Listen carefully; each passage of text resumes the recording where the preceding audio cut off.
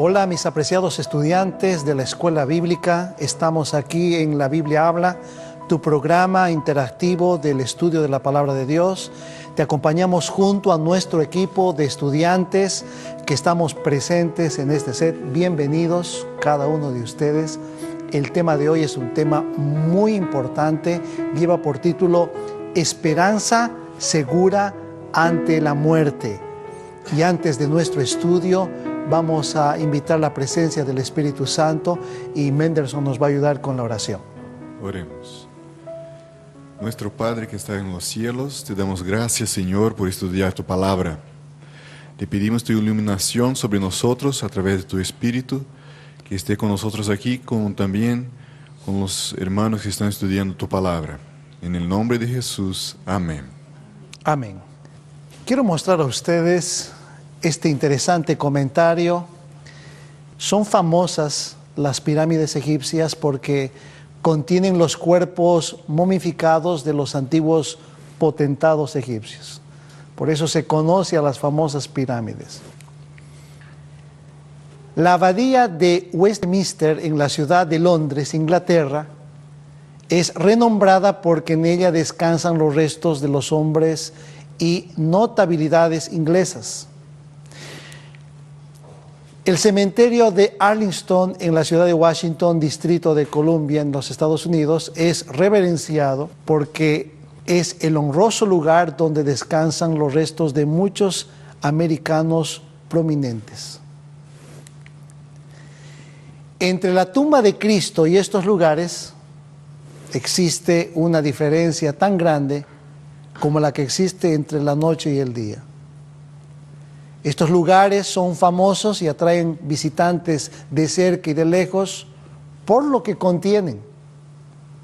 Existe una historia sin duda detrás de ello, mientras que la tumba de Cristo es famosa por lo que no contiene. Y esto es lo que hace la diferencia en la muerte, esperanza y vida. Vida en un ser que nos creó, que murió y resucitó. Y es un tema muy importante porque frente a la muerte reaccionamos de diferentes maneras. Cuando perdemos un ser querido, nuestro corazón se entristece, pero en nuestra mente surge de qué aferrarnos o de qué no aferrarnos. Y es el estudio que hoy vamos a compartir acerca de la muerte con nuestros amigos estudiantes de la Biblia.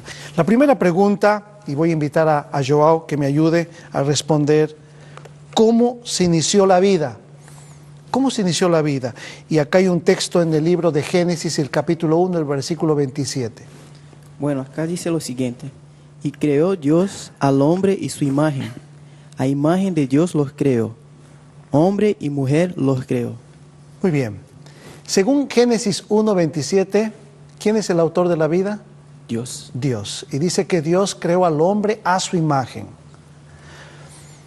Cuando la Biblia habla a su imagen, yo no veo en la imagen de Dios un primate.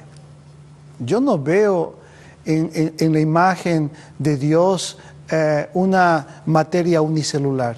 Yo veo una creación perfecta.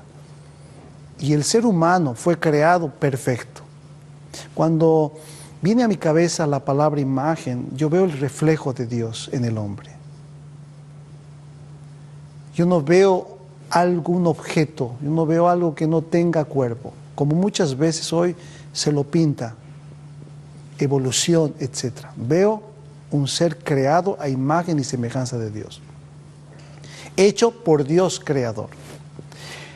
En segundo lugar, ¿qué proceso para haber creado al hombre siguió Dios para darnos la vida? Sonia, ¿qué proceso siguió el Señor para darnos la vida? Si buscamos en el libro de Génesis, capítulo 2, versículo 7, dice: entonces Jehová Dios formó al hombre del polvo de la tierra, sopló en su nariz aliento de vida y fue el hombre un ser viviente. El proceso que Dios siguió fue unir la materia con su espíritu, con el soplo de vida. Una vez una maestra de clase de niños hizo algo que me llamó la atención. Agarró un poco de tierra en su mano y sopló. Ella nos decía, el aliento de Dios más el polvo de la tierra fue un ser viviente, un alma viviente. Lo que comentó la profesora Sonia. Unión de la materia con el soplo de vida. Ahora bien, ya conocemos cuál ha sido el proceso que siguió Dios para darnos la vida. Juan, ¿cómo se inició la muerte entonces? ¿En qué circunstancias? Pastor, en Romanos capítulo 5, versículo 12, nos dice así: así como el pecado entró en el mundo por un hombre, y por el pecado la muerte, así la muerte pasó a todos los hombres, pues todos pecaron. Según tu pensamiento, Juan, y la lectura de la Biblia, ¿qué te hace pensar este texto que acabas de leer? Bueno, indudablemente el pecado entró cuando Adán y Eva en el Edén pecaron. Y ahí nos pasaron a nosotros. Uh-huh. Sin embargo, Jesús nos devuelve la vida. Es por eso que anunciamos la segunda venida. Uh-huh. Pastor Johnny. Yo creo que aquí hay algo muy importante para resaltar. En primer lugar, el hombre fue creado para que él pueda ser el compañero eterno del Creador. Uh-huh. O sea que en la idea de Dios estaba que nosotros seamos perennes, seamos para siempre. Pero hubo ahí algo que interrumpió ese plan. Y podemos decirlo de diferentes maneras. La Biblia dice que es el pecado que interrumpió ese plan. O sea, el ser humano se puso en contra de Dios. El plan de Dios era que el hombre viva eternamente. Junto con el Creador. Uh-huh. Ahora, acontece que el ser humano se colocó del lado del que era opositor a Dios. Uh-huh. Creyó en una falsedad, dudó de su Creador. Y eso lo hizo ganador de un desgaste y consecuentemente la muerte. Dios le dijo a Adán y Eva, ustedes comen del fruto y ustedes van a morir. Exacto. Adán vivió 930 años. Así vivían nuestros antepasados. Pero finalmente vino la muerte. Y esa muerte trajo como consecuencia la pérdida de esa maravillosa eternidad que Dios quería para el ser humano.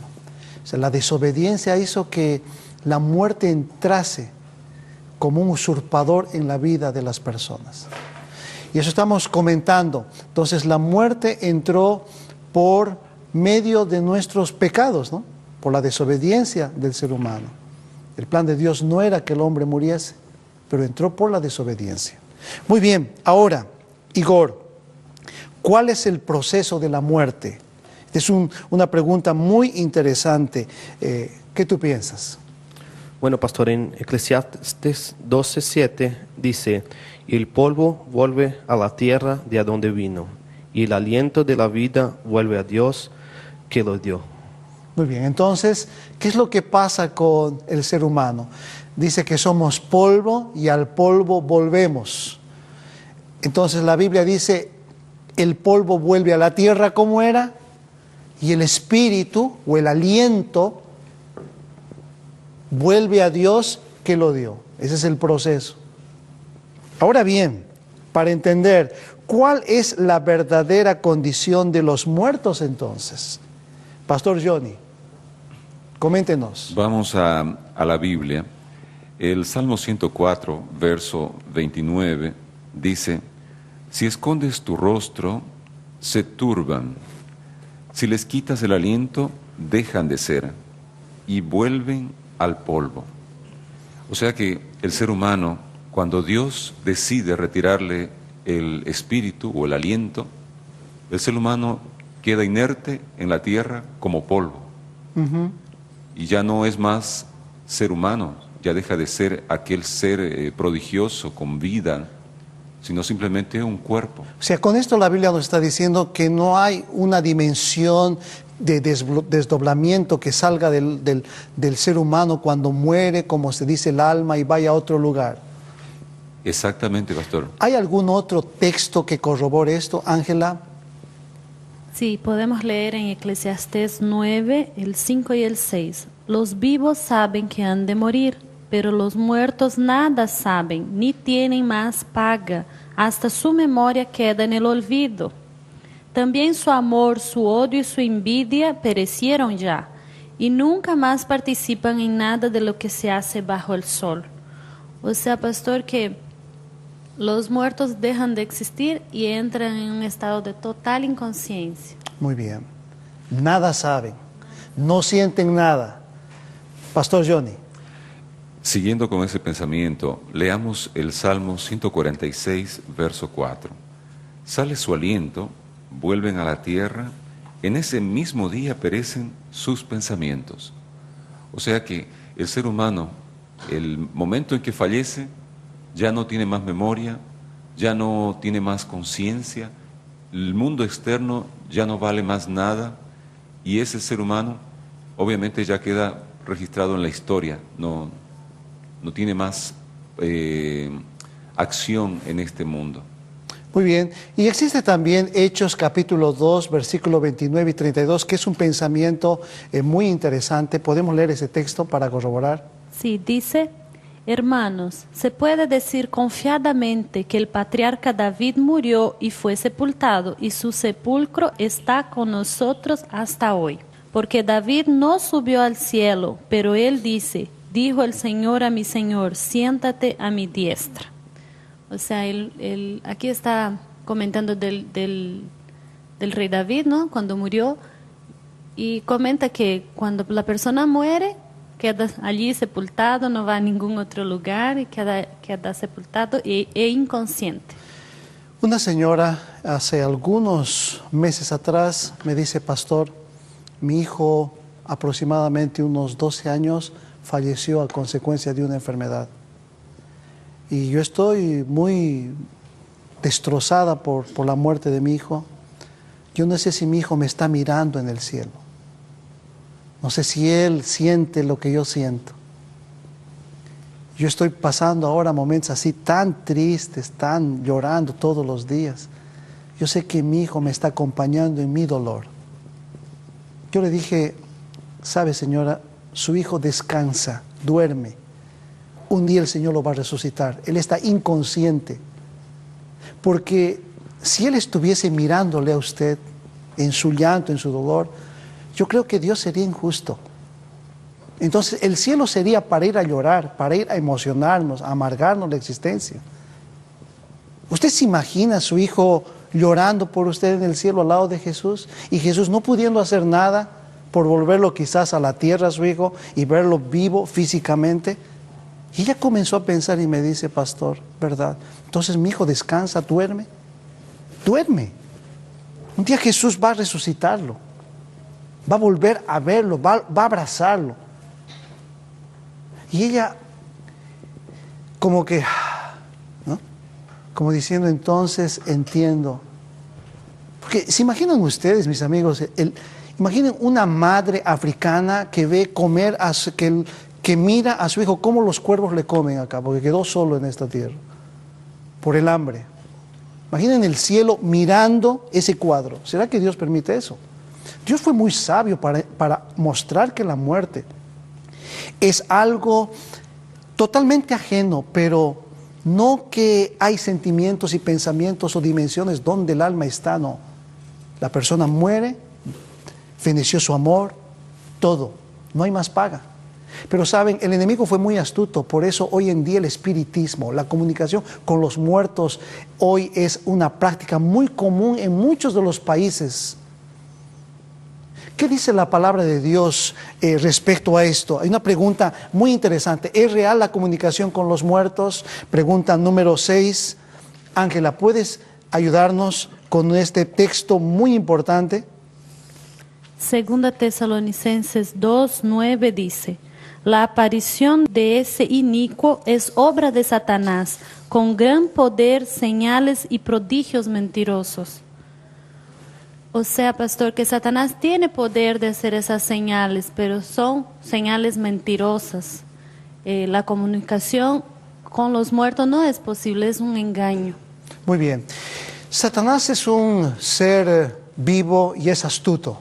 Y él puede falsificar, sin duda. Él puede meterse como un medium, lo hizo en el huerto del Edén, con una serpiente que comenzó a hablar.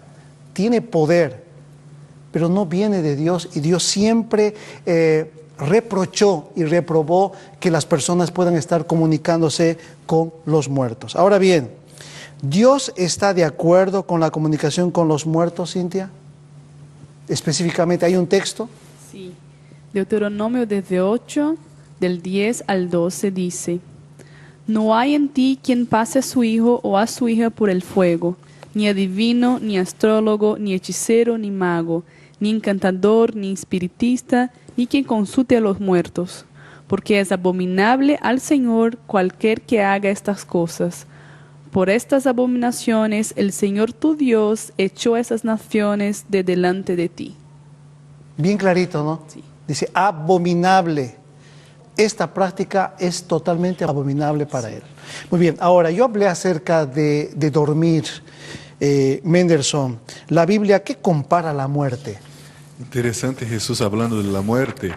En el episodio de la muerte de Lázaro, encontramos esto en Juan 11, el verso 11 y el verso 13. Dice así: después agregó, nuestro amigo Lázaro se ha dormido, pero voy a despertarlo del sueño. Y el verso 13, pero esto decía Jesús de la muerte de Lázaro, y ellos pensaron que hablaba del reposo del sueño. Aquí Jesús compara la muerte con el sueño. Así como nosotros un día arduo de trabajo, llegamos en casa y vamos a acostarnos y ahí dormimos tranquilos, así es la muerte también. Como pasamos muchas actividades durante la vida, satisfacciones, problemas, ansiedades, y llegamos al fin de la vida, ahí descansamos el sueño de la muerte. Así comparó Jesús. Muchas gracias. Ahora bien, pregunta número 9, Sonia. ¿Qué segura esperanza guarda al cristiano después de la muerte? Frente a la tribulación de la muerte, ¿hay esperanza? Sí, en 1 Tesalonicenses 4:16 nos dice: el Señor mismo, con voz de mando, con voz de arcángel y con trompeta de Dios, descenderá del cielo. Entonces los muertos en Cristo resucitarán primero. Por tanto, alentaos los unos a los otros con estas palabras. Acá tenemos unas hermosas palabras de esperanza registradas en la Biblia, que nos está diciendo que la muerte no es el fin de todo, sino que si nosotros somos fieles a Dios, vamos a participar de la resurrección.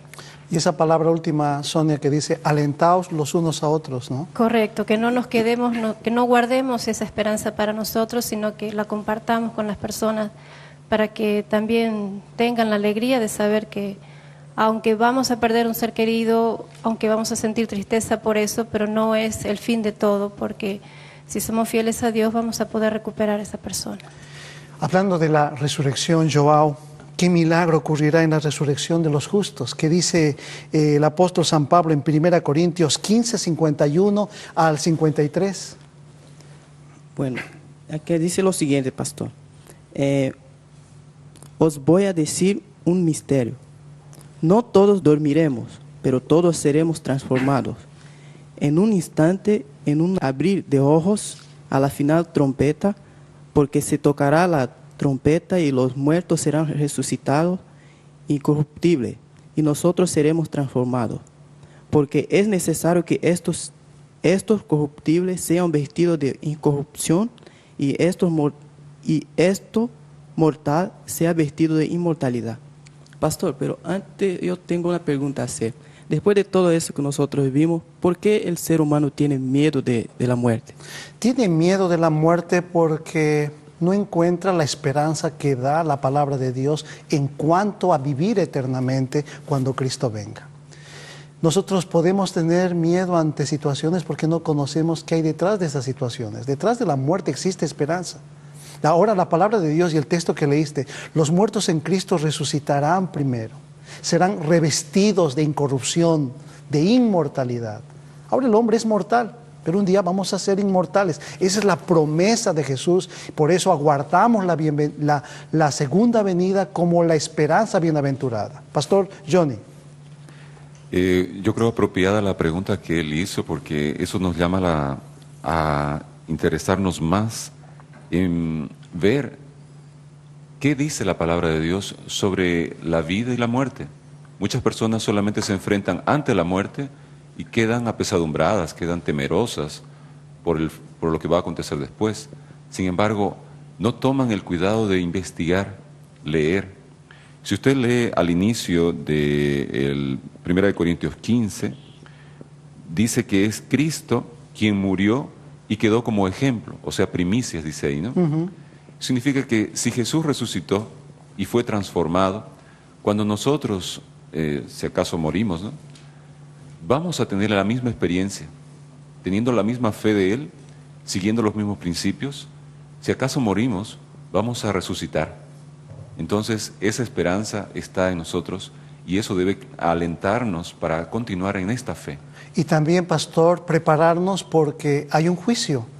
Y es verdad que hay personas buenas y malas. Hay un texto que, para cerrar, me gustaría, Ángela, que podamos leer qué sucederá con la muerte y los impíos. 1 Corintios 15, 51 al 53.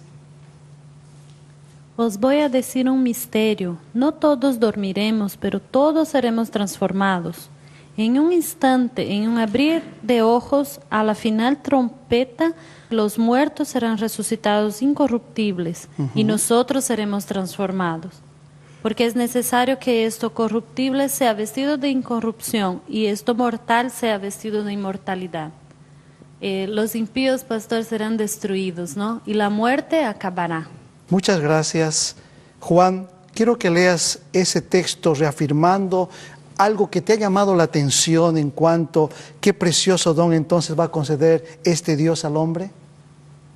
Pastor, en 1 Corintios 15, 53 al 54, volvemos a leer, dice, porque es necesario que esto corruptible sea vestido de incorrupción y esto mortal sea vestido de inmortalidad. ¿Cuál sería ahí la palabra clave de bendición que Dios va a dar al hombre? Vamos a ser inmortales. Eso. Pensar que vamos a ser inmortales. Si el hombre vivía 930 años y ahora el promedio de vida, según Salmos 90, 70, 80 años, imaginen ustedes la inmortalidad, la eternidad. Apreciado televidente, hoy confía en Dios, aférrate al Señor, confía en su palabra, en las promesas. Y quiero leer un pensamiento, una cita muy inspiradora en este momento que dice lo siguiente: la tierra se estremeció violentamente cuando la voz del Hijo de Dios llamó a los santos que dormían. Respondieron a esa invitación y surgieron revestidos de gloria, inmortalidad, exclamando: victoria, victoria sobre la muerte y el sepulcro. ¿Dónde está, oh muerte, tu aguijón? ¿Dónde, oh sepulcro, tu victoria? Está reafirmando el pensamiento que hemos leído de 1 Corintios. Entonces los santos vivos y los resucitados elevaron sus voces en un prolongado y arrobador grito de triunfo. Los cuerpos que habían descendido a la tumba con los estigmas de la enfermedad y la muerte resucitaron dotados ¿de qué dice? De salud y vigor inmortales. Los santos vivos fueron transformados en un momento, en un abrir y cerrar de ojos. Y junto con los resucitados ascendieron juntos para recibir al Señor en el aire. ¡Oh, qué glorioso encuentro! Los amigos reunidos por la muerte volvieron a reunirse para no separarse nunca más. Hermosa promesa que se presenta de la victoria sobre la muerte. ¿Quieres estar presente aquel día? Y si es que vamos al descanso, y cuando un ser querido va al descanso, no sueñas con encontrarte con el Señor, ten esa esperanza en tu vida. Toma la decisión de confiar en su palabra. Toma la decisión de entregar tu vida al Señor ahora que es un tiempo de bendición. Quiero invitarte para orar. Señor que estás en el cielo, gracias por la promesa de la resurrección. Tú resucitaste y, Señor, esta promesa es válida para nuestra vida. Si hemos perdido un ser querido, coloca la esperanza en nuestro corazón. Ayúdanos a prepararnos para encontrarnos aquel gran día contigo. Muchos quizás vivos hasta cuando vengas, otros quizás iremos al descanso. Mas, Señor, confiamos en ti, confiamos en tus promesas. Coloca esta certeza en nuestro corazón. Oramos en el nombre bendito de Jesús. Amén. Apreciados estudiantes de la Biblia y amigos acá presentes, muchas gracias por su aporte, por sus comentarios, y nos encontramos en nuestro próximo estudio aquí en La Biblia Habla. Hasta nuestro próximo.